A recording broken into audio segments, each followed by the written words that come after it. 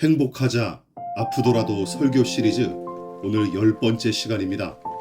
오늘 설교 본문은 마태복음 19장 16절부터 30절까지입니다. 신약 성경 마태복음 19장 16절부터 30절 말씀까지 제가 봉독합니다. 어떤 사람이 주께 와서 이르되 선생님이여 내가 무슨 선한 일을 하여야 영생을 얻으리이까? 예수께서 이르시되 어찌하여 선한 일을 내게 묻느냐? 선한 이는 오직 한 분이시니라. 내가 생명에 들어가려면 계명들을 지키라. 이르되 어느 계명이오니이까? 예수께서 이르시되 살인하지 말라, 간음하지 말라, 도둑질하지 말라, 거짓 증언하지 말라, 내 부모를 공경하라, 내 이웃을 내 자신과 같이 사랑하라 하신 것이니라. 그 청년이 이르되 이 모든 것을 내가 지키어 싸운데 아직도 무엇이 부족하니이까? 예수께서 이르시되 내가 온전하고자 할진대 가서 내 소유를 팔아 가난한 자들에게 주라. 그리하면 하늘에서 보화가 내게 있으리라. 그리고 와서 나를 따르라 하시니 그 청년이 재물이 많음으로 이 말씀을 듣고 근심하여 가니라. 예수께서 제자들에게 이르시되 내가 진실로 너희에게 이르노니 부자는 천국에 들어가기가 어려우니라. 다시 너희에게 말하노니 낙타가 바늘귀로 들어가는 것이 부자가 하나님의 나라에 들어가는 것보다 쉬우니라 하시니 제자들이 듣고 몹시 놀라 이르되 그렇다면 누가 구원을 얻을 수 있으리이까? 예수께서 그들을 보시며 이르시되 사람으로는 할 수 없으나 하나님으로서는 다 하실 수 있느니라. 이에 베드로가 대답하여 이르되 보소서 우리가 모든 것을 버리고 주를 따라 싸운데 그런즉 우리가 무엇을 얻으리이까? 예수께서 이르시되 내가 진실로 너희에게 이르노니 세상이 새롭게 되어 인자가 자기 영광의 보좌에 앉을 때에 나를 따르는 너희도 12 보좌에 앉아 이스라엘 12지파를 심판하리라.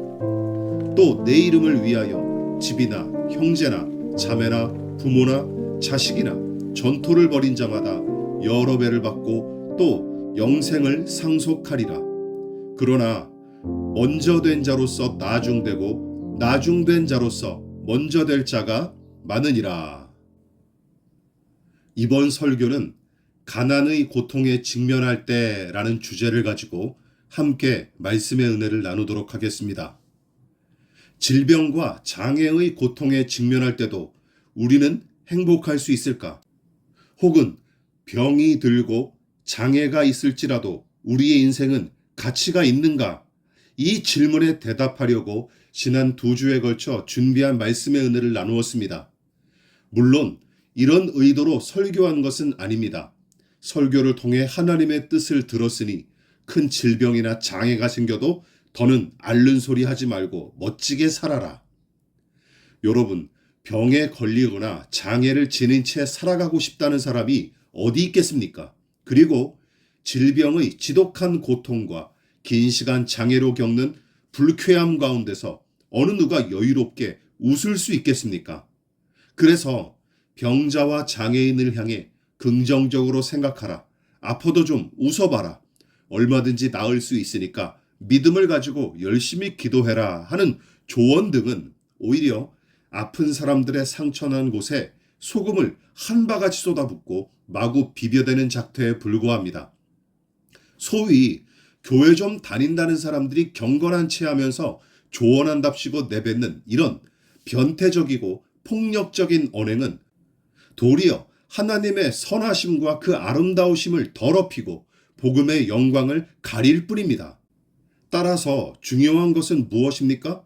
너무나 아프고 힘겨운 인생일지라도 그리스도 예수 안에서 얼마든지 존귀한 인생임을 놓치지 말자고 설교했던 거예요.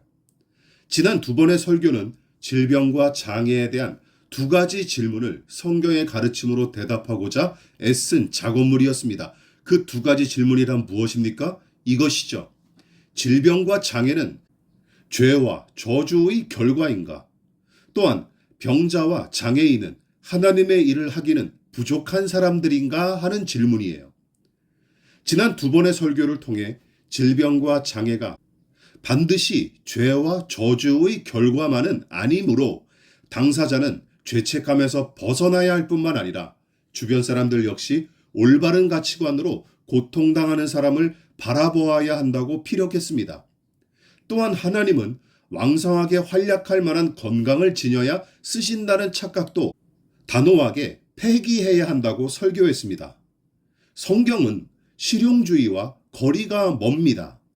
특히 하나님 나라와 영적인 일들은 사람의 조건과 능력에 달려있지 않다고 누누이 강조했습니다. 오직 그 사람이 얼마나 하나님을 사랑하고 의지하느냐 그것에 달려있을 뿐입니다. 다시 말해 건강하다고 하나님의 일을 더 효율적으로 감당한다거나 병약해서 하나님의 나라 사업에 별로 도움이 안 된다는 실용주의적 사고방식은 오히려 비성경적이고 반기독교적인 가르침임을 살펴봤어요. 오늘 설교에서 다룰 가난에 관한 문제, 그 고난도 마찬가지입니다. 사전적 의미로 가난은 수입이나 재산이 적어서 살림살이가 넉넉하지 못하고 어려움이라고 정의했습니다. 가난이란 말은 본래 몹시 힘들고 고생스러움이란 뜻의 한자어 갓난에서 온 말이라고 하죠. 한자어 갓난에서 니은이 탈락한 어영으로 알려졌으며 나중에는 집이 어렵다라는 식으로 풀이하여 가난으로 쓰기 시작했다는 설이 있습니다. 가난을 공적이나 학술적으로 다룰 때는 빈곤이라는 표현을 쓰죠. 어쨌든 경제적인 어려움 없이 넉넉하게 살고 싶은 게 많은 사람의 욕망이고 소망입니다. 미치지 않고서야 일부러 병에 걸리고 싶어서 안달이 난 사람을 본 적이 없습니다. 마찬가지죠. 입에 풀칠하기도 힘들 정도의 가난한 삶을 자처하는 사람도 찾아보기가 거의 어렵습니다. 누구나 사고 싶은 물건을 마음껏 구입하고 먹고 싶은 음식이면 가격 따위 걱정하지 않고 마음껏 먹고 싶어 합니다. 여행하고 싶은 곳이 있으면 지금이라도 당장 떠날 수 있는 여유가 있기를 바라죠. 그것도 36개월 할부가 아닌 일시불로 말이죠. 2015년 세계 최고의 부자로 1위는 마이크로소프트사의 공동 창업자로 유명한 빌 게이츠가 선정됐습니다. 그의 재산은 그 당시 약 729억 달러인데 한화로 계산하면 약 88조 5천억 원에 이른다고 합니다. 어떤 사람이 빌 게이츠의 이 시간당 수입을 계산해 봤어요. 그러니까 회사 설립 이후 그가 하루 14시간을 일한다고 가정하여 계산했는데 빌 게이츠의 자산을 초 단위로 나눠보니 1초에 150달러라는 수입이 나왔다고 밝혔습니다. 우리나라 돈으로 약 15만 원이죠. 또한 요즘 사람들 사이에서 유명한 아랍의 부호 만수르의 재산은 200억 파운드, 약 34조 2천억 원에 달하는데 이 금액을 시간 단위로 나누면 초당 약 13만 원, 시간당으로 계산하면 대략 5억 원 정도, 하루 130억 원, 그리고 월급은 4천억 원이라는 계산이 나온다고 합니다. 하늘의 복을 몽땅 독점하지 않고서야 어떻게 이렇게 많은 재산을 보유할 수 있을까요? 명심보감의 성심편에 보면 대부유천, 소부유근이라는 말이 있는데 큰 부자는 하늘이 되고 작은 부자는 부지런한 데서 온다 하는 뜻입니다. 앞서 언급했던 사례들을 생각해보면 정말 큰 부자는 하늘이 낸다는 말이 허튼 소리가 아닌 것 같습니다. 자, 이제는 본문을 주목하고 그 대략의 내용을 정리해 보십시다. 어떤 부자 청년이 영생을 얻는 방법에 관해 물으려고 예수님께 찾아왔죠. 예수께서 10계명의 내용을 다 지켰냐고 물어보시니 부자 청년은 그 모든 계명을 다 지켰노라고 대답하기에 이릅니다. 그러자 청년의 자신감 넘치는 답변에 예수님은 또다시 내 소유를 팔아 가난한 자들에게 나눠주고 나를 따르라 하고 요구하십니다. 그러자 그 청년은 이 말씀을 듣고 심히 근심하면서 돌아갔다고 하죠. 이 이야기의 결론이 유명합니다. 바로 24절의 말씀이죠. 낙타가 바늘기로 들어가는 것이 부자가 하나님의 나라에 들어가는 것보다 쉬우니라. 무슨 뜻입니까? 낙타가 바늘구멍을 통과하는 일이 불가능한 일인 것처럼 돈을 하나님처럼 섬기고 거기에 환장한 사람은 거듭나지도 않았을 뿐더러 하나님 나라에 들어가기도 어렵다는 뜻입니다. 그러니까 구원과 상관이 없다는 뜻이죠. 겉으로 보기에는 굉장히 경건하고 종교적인 사람이었지만 그 중심에 하나님을 향한 신뢰와 사랑은 없고 탐심만 가득한 불신자임을 폭로하신 사건이죠.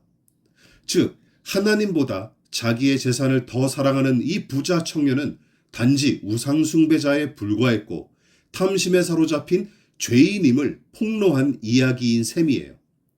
본문은 참 귀한 교훈을 담고 있지만 오늘도 지난 시간처럼 부자 청년을 바라보는 제자들의 시선에 초점을 맞춰보기로 합시다. 지난번 시각 장애인을 보고 누구의 죄 때문이냐며 예수님께 여쭤봤다가 도리어 자기들이 원하는 대답을 듣기는커녕 오히려 주님의 꾸지람을 들었던 것처럼 이번에도 부자 청년의 경건한 말과 주님 앞에 나왔던 그의 정성에 감동했던 제자들의 생각이 완전히 박살나는 일들이 또 한 번 벌어집니다. 그래서 그들은 또다시 충격을 받죠. 마태복음 19장 25절입니다. 제자들이 듣고 몹시 놀라 이르되 그렇다면 누가 구원을 얻을 수 있으리이까? 여러분, 이게 무슨 뜻입니까? 의역해보면 다음과 같습니다. 예수님, 저희들은 이 사람이야말로 하나님의 큰 복을 받은 부자라고 생각을 했는데 하나님이 복을 주셔서 많은 부를 누리고 게다가 경건한 사람처럼 보입니다. 그런데 이런 사람을 향해 구원받지 못했다고 말씀하신다면 도대체 누가 구원을 받겠습니까? 저희도 자신이 없습니다. 예수께서 부자가 하나님의 나라에 들어가기가 어렵다 하신 말씀이 제자들에겐 큰 충격이었던 것이죠. 왜냐하면 당시 유대인들은 많은 재물이 하늘의 복이라고 믿었을 뿐만 아니라 하나님께 더 많이 사랑받은 사람일수록 하나님께서 더 많이 친밀히 여기는 사람일수록 더 많은 재물을 부어주신다고 확신했기 때문입니다. 그러니까 한 사람이 소유한 재산과 재물의 양에 비례하여 신앙의 크기와 하나님과의 관계를 판단하는 사고방식이죠. 지난 시간과 연결해 보자면 평생 감기 한번 안 걸리고 건강히 살다가 편안히 죽어야 믿음이 좋고 복받은 인생이라는 사고방식과 결이 같습니다. 여러분, 하나님이 기뻐하시는 의로운 사람이어서 그 보상으로 윤택한 삶과 넉넉한 재산을 얻게 하셨다는 믿음이죠. 이처럼 본문에도 부자는 하늘이 낸다는 가치관이 고스란히 스며 있는 거예요. 이러한 사고방식 역시 유대인들의 보편적인 신념과 신앙관이었던 것 같습니다. 지난 시간 큰 병에 걸리거나 장애를 지닌 사람을 향해 저주받은 죄인으로 낙인 찍었던 그 저급한 사고방식은 기억하십시오. 가난한 사람들을 바라보는 시선에도 똑같이 적용되지 않습니까? 제자들조차 부유하면 하나님의 사랑과 복을 충만히 받은 거로 생각을 했고 반대로 가난하면 저지른 죄와 잘못 때문에 저주받은 상태라고 단정지었던 것입니다. 본문에 부자 청년이 하나님 나라에 못 들어간다는 말씀에 깜짝 놀랐던 제자들을 보십시오. 그들은 많은 재물이 하나님께서 내리신 큰 복임을 추호도 의심하지 않았어요. 막연하게 하늘의 복을 받았다는 생각으로 그치지 않았습니다. 하나님께서 특별히 사랑하셔서 부자가 됐다는 생각이 윤리관이나 신앙관으로 확대된 것이 더 큰 문제였죠. 그러니까 누군가 부지런히 일해서 혹은 운이 좋아서 부자가 되었는데 그 사람을 조금 부러워하는 정도면 문제될 것이 없습니다. 하지만 그것이 윤리관까지 이어지면 부자는 부지런하고 선한 사람, 가난한 사람은 게으르거나 못된 사람으로 치부되기 쉬워요. 그래서 부유하게 살면 잘 사는구나 하고 어떤 사람이 가난하고 궁핍하게 살면 못 산다 하면서 평가하기 일쑤죠. 즉, 많은 돈을 모아 부유하면 제대로 사는 인생이고 가난하여 고통당하거나 근근히 유지할 정도로 살아가게 되면 제대로 된 인생이 아니라고 폄하하는 말이 잘 산다, 못 산다는 이 말이죠. 이처럼 여기에 이미 윤리, 도덕적 가치를 부여하고 있는 것입니다. 요즘 외모가 빼어난 사람을 가리켜서 착하다고 말하는 것과 같은 이치죠. 원래 몸매가 아름답다거나 얼굴이 예쁘다고 말해야 걸맞은 표현인데 착한 몸매, 착한 얼굴이라는 말을 씁니다. 외모의 좋고 나쁨을 선과 악으로 판단하는 데까지 이른 것이죠. 하물며 재산의 정도로 한 사람의 존재와 그의 인생을 평가하다니 말이 안 되지 않습니까? 그러나 이 세상은 물질주의적 가치관에 사로잡힌 지 이미 오래죠. 오죽하면 유전무죄, 무전유죄라는 말이 흥행했을까요? 돈이 있으면 죄를 지어도 쉽게 용서받고 돈 없고 힘없으면 죄인이 되는 세상. 그래서 많은 사람이 무슨 짓을 해서라도 돈 벌자는 생각에 사로잡혀 있을 뿐입니다. 안타깝고 씁쓸한 현상이죠. 그런데 문제는 교회 역시 여기서 절대 자유롭지 못하다는 사실을 인정할 수밖에 없습니다.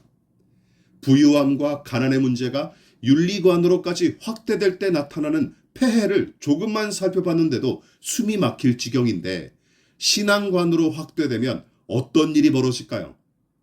그러면 자연스럽게 부자는 신앙 좋고 믿음이 큰 사람이 되는 것입니다. 반대로 가난하면 하나님 앞에 죄를 저질렀거나 혹은 믿음이 부족하다고 단정짓습니다. 이처럼 가난한 사람을 향한 잔인한 난도질이 종교의 이름으로 자행되기 일쑤죠. 안타깝게도 제자들을 비롯한 유대인들의 이 저급한 신앙과는 지금 우리가 사는 이 시대에도 여전히 강력한 위력을 발휘하는 중입니다. 물론 그것이 유대인들만의 사고방식은 아닙니다. 타락한 죄인에게 물질적 풍요는 가장 큰 소망이자 인생의 목표여서 누구나 그걸 이루어야 잘 사는 인생이라고 손쉽게 믿기 마련이죠. 하지만 세상은 그렇다 손치더라도 진리와 성령 안에서 진정한 자유를 누려야 할 교회마저 2000년 전 유대인들의 이 졸렬한 기복주의 사고방식과 불신자들의 물질 만능주의에서 한치도 벗어나지 못한 상태가 너무나 안타까울 뿐입니다. 게다가 그것이 오늘날은 번영주의 혹은 번영신학이라는 탈을 쓰고 교회 내에 침투하여 기승을 부리고 있지 않습니까? 그렇다면 번영신학이란 무엇입니까? 부유함과 건강을 하나님의 복으로 여기고 가난과 질병을 저주와 불신앙의 결과로 여기는 맹목적인 신앙을 바로 번영신학이라고 합니다. 복음주의 기독교 대회로 널리 알려진 로잔 대회가 2008년과 2009년 두 번에 걸쳐 가나의 앙로퐁에서 열린 적이 있었는데 특히 로잔 신학위원회 의장인 크리스 라이트 박사를 비롯한 위원들은 번영신학에 대한 입장이라는 제목으로 보고서를 제출했었습니다. 그 내용 중 일부를 발췌해보면 다음과 같습니다. 우리는 번영신학을 믿는 자들은 건강과 재물의 축복을 당연히 받을 권리가 있으며 긍정적인 믿음의 고백과 더불어 신실한 11조와 헌금을 통한 씨를 뿌림으로 이러한 축복을 얻어낼 수 있다고 가르치는 것이라고 정의합니다. 우리가 내린 총체적인 결론은 지금 가장 활발하게 번영신학을 전파하는 사람들의 가르침은 분명히 잘못되었으며 성경의 가르침을 중대하게 훼손시키고 있다는 것과 이 번영신학을 적용함에 있어서 종종 비윤리적이고 주님과는 전혀 상반된 모습이 드러나고 있다는 것, 수많은 교회의 목회 현장에 실제적인 피해를 주고 영적으로 건강하지 않은 영향을 남기고 헛된 소망을 안겨줄 뿐만 아니라 사람들이 영원한 구원을 어떻게 얻을 수 있을지에 대한 바른 가르침으로부터 등을 돌리게 하는 결과까지 나왔습니다. 이러한 것들을 고려해 볼 때 번영신학은 거짓된 가르침이라는 신중한 결론을 얻게 되었습니다. 여러분, 이러한 번영신학이 교회 안에 판치고 있다는 증거는 이미 허다합니다. 번영신학에 잠식된 교회의 모습을 대표적으로 보여주는 것 중 하나가 바로 간증이죠. 어떤 사람을 교회에서 간증자로 세웁니까? 소위 성공한 사람이죠. 성공한 기업가나 유명해진 사람들이 인기 있는 간증자입니다. 반대로 생각해 보십시오. 형편이 어렵고 가난한 사람을 간증자로 세운 경우를 본 적이 있으십니까? 그리고 대부분 간증하는 내용은 무엇입니까? 결국 지극정성으로 하나님을 섬겨서 돈 잘 벌고 건강해지며 성공했다라는 내용이 대부분이에요. 또한 교회와 목회자가 두 손 들고 환영하는 사람들은 누구입니까? 돈이 많거나 유명한 사람이죠. 왜냐하면 교회 재정에 보탬이 되고 교회의 양적 성장을 이루는 기폭제 역할을 감당해 주기 때문이죠. 우리 주변에 믿음이 좋다고 칭찬 듣는 사람들은 누구입니까? 경건하고 고매한 인격을 소유한 사람이나 예수 그리스도를 닮은 사람을 존경합니까? 가장 존경하는 목회자, 가장 존경하는 사람이 누구냐고 묻는다면 바로 성공한 그리스도인이죠. 아니, 뒤에 따라오는 그리스도라는 단어를 빼도 무방합니다. 목사와 선교사도 마찬가지죠. 많은 사람을 모아 큰 예배당을 짓고 교회의 세력을 키워서 세상을 장악하자는 목적이면 기독교 신앙이랍시고 거룩하게 포장한 황금 만능주의에 불과합니다. 황금 만능주의의 하수인, 그것이 번영신학의 정체예요. 이단과 사이비 단체만이 아니라 번영신학도 오늘날 그리스도인들이 분별해서 대적해야 될 대상입니다. 또한 황금 만능주의의 하수인인 번영신학은 가난한 사람들뿐만 아니라 심지어 평범한 일상을 사는 그리스도인들조차 믿음과 능력이 모자란 사람으로 매도하기 때문에 사악한 신학이 틀림없습니다. 더 많이 벌 수 있고 더 많은 재산을 모을 수 있는데 노력하지 않는다며 비난하기 일쑤죠. 세상에서 가장 큰 부자가 하나님이시고 우리가 그분의 자식인데 하나님을 제대로 섬기지 않아서 쪼들리게 사는 거라며 혀를 차기 일쑤입니다. 여러분, 그런 사고방식에 사로잡힌 사람들은 이런 성경 구절이 성경에 있는 줄도 모르나 봅니다. 잠언 22장 2절입니다. 가난한 자와 부한 자가 함께 살거니와 그 모두를 지으신 이는 여호와시니라. 허랑방탕하거나 불법을 저질러서 가난해졌다면 스스로 깊이 반성하고 돌이켜야 마땅하겠죠. 하지만 성실히 사는 모든 사람이 부유하게 살지 못하는 세상입니다. 땀 흘린 대로 정당한 대가를 받지 못하는 부조리한 사회적 구조도 문제죠. 그런데 가난할 수밖에 없는 수많은 경우의 수는 깡그리 제쳐놓고 그것을 오직 개인의 능력과 개인의 신앙의 문제로만 한정지으면 매우 곤란합니다. 그리고 가난한 처지에 있는 사람에게 개인의 능력과 신앙의 문제를 들이대서 압박하지 마십시오. 그것은 굉장히 무식하고 잔인하며 졸렬한 짓거리에 불과합니다. 우리 교회에 속한 교우들의 면면을 보면 재산이 많아서 넉넉하게 사는 교인이 아무도 없습니다. 빠듯하게 살 정도면 제가 담임하는 우리 교회에서는 그나마 나은 편에 속하죠. 대부분 어렵사리 생활하는 분들입니다. 그런 이유로 하나님과 목사 앞에서 부자 교인이 아니라는 이유로 죄송해하지 마십시오. 거기에 걸리는 자격지심이라면 폐기 처분을 해야 마땅합니다. 열심히 성실히 일하는데도 가난한 형편과 빠듯한 살림을 벗어나지 못하는 부모님들.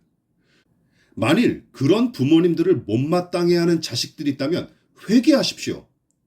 잘 사는 부모가 아니어서 호의호식 못하는 자기 신세를 한탄하는 논팽이라면 이미 부자 청년처럼 저급한 돈의 노예에 불과합니다. 또한 자녀들에게 돈이 최고다는 경박한 사고방식 따위 부추기는 부모들도 회개해야 마땅합니다. 많은 돈을 버는 일보다 더 나은 삶이 있다는 것을 보여주십시오. 그것이 부모의 사명입니다. 가난은 죄가 아니다 하는 말처럼 부자여서 하나님 앞에 저절로 인정받는 것이 아닙니다.